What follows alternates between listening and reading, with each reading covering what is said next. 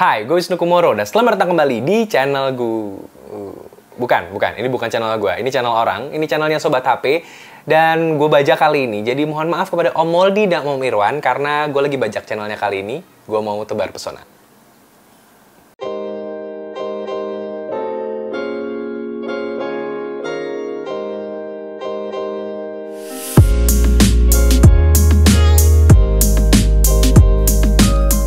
Apa yang kalian harapkan dari handphone harga 1 jutaan?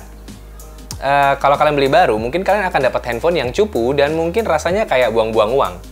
Tapi banyak dari kita itu nggak tahu diri, sob. Udah kere, tapi pengen HP-nya keren. Kan kampret. Jadi buat kalian yang jiwa kerenya tidak terbendung dan nggak nanggung, ada sebuah handphone yang menurut gue pilihan tepat kalau kalian mau beli, yaitu adalah Sony Xperia Z1 Docomo. Tunggu dulu. Emang kalian tahu Docomo itu apa?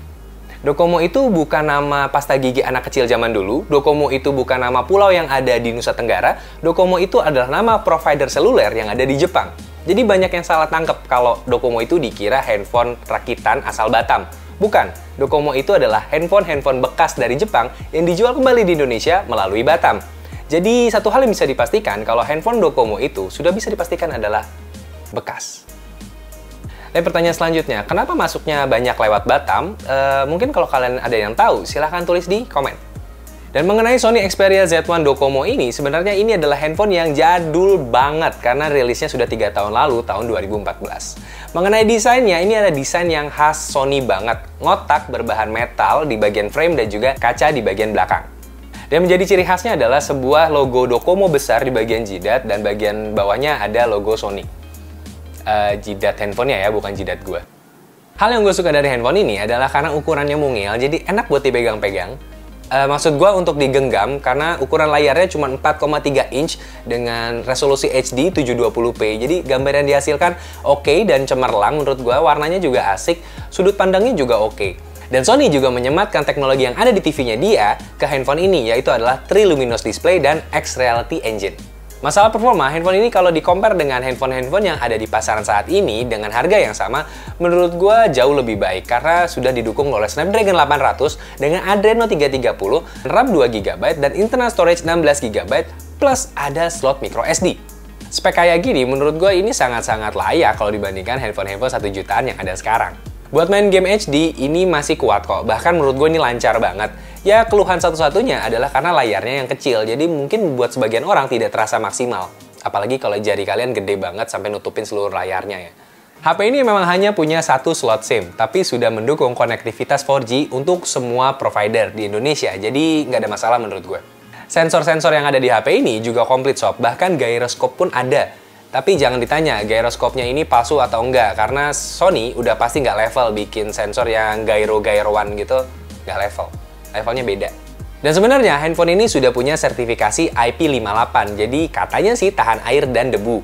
Tapi jangan pernah coba-coba untuk dimandiin ya, apalagi kalau itu bukan handphone lo, dan apalagi kalau lo sebenarnya pengen mandiin yang punya handphonenya. Jangan. Karena handphone ini adalah handphone jadul, jadi nggak heran kalau Android yang digunakan adalah Android jadul, yaitu Android Lollipop. Walau pakai Android jadul, antarmuka yang diberikan oleh Sony ini nggak memberikan kesan jadul sama sekali dan memberikan kenyamanan lebih sampai sebagian orang yang pakai handphone ini mungkin jadi nggak peduli sebenarnya pakai OS jadul atau tidak. Tapi bagian yang paling nggak masuk akal dari handphone ini adalah bagian kameranya. Dengan harga sejutaan, kalian mendapatkan sebuah kamera dengan resolusi 20,7 megapiksel dengan sensor Sony dan bisa merekam video sampai Full HD.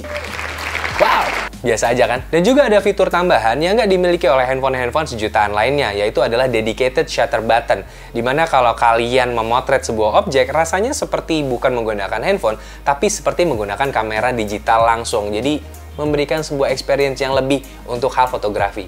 Dan kalau kalian tanya kualitas kameranya, nih, lihat aja langsung.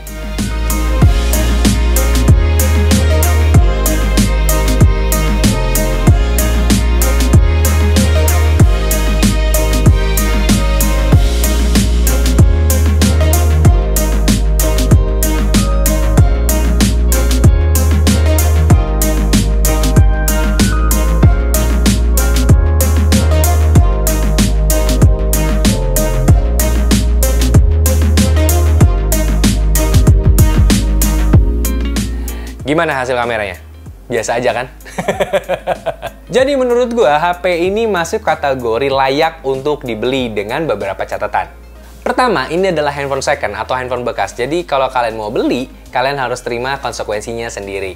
Dan saran dari gua, kalau kalian mau beli, belilah di toko yang terpercaya. Kayak Om Irwan. Om Irwan beli handphone ini di toko langganan dia. Dan kalau kalian mau tahu link pembeliannya, itu ada di deskripsi. Jadi silahkan cek aja di deskripsi.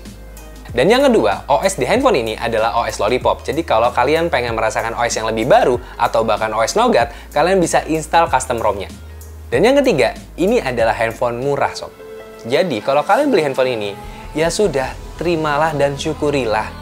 Karena seperti tanda-tanda orang yang akan masuk ke dalam surga adalah orang-orang yang bersyukur. Amin. Oke, sekian dulu Janda episode 6 kali ini. Kalau kalian suka dengan videonya, silahkan like dan subscribe. Kalau kalian suka banget, silahkan di-share. Om Waldi dan Om Irwan tidak akan menolak. Dan kalian juga bisa tulis di bagian komentar, handphone apa yang kira-kira akan asik untuk dibahas di Janda episode berikutnya. Dan juga, gue pengen nanya kepada kalian, bagaimana pendapat kalian mengenai kolaborasi Wisnu Kumoro dan Sobat HP kali ini? Silahkan tulis juga di komen. Dan jangan lupa untuk subscribe juga channel gue, Wisnu Kumoro. Dan mudah-mudahan linknya ada di deskripsi ya. Mohon ya Om Irwan ditaruh di deskripsi ya linknya ya. Dengan Wisnu Kumoro di sini dan semoga kita akan ketemu lagi di video-video berikutnya. Dan Wisnu Kumoro pamit. Adios.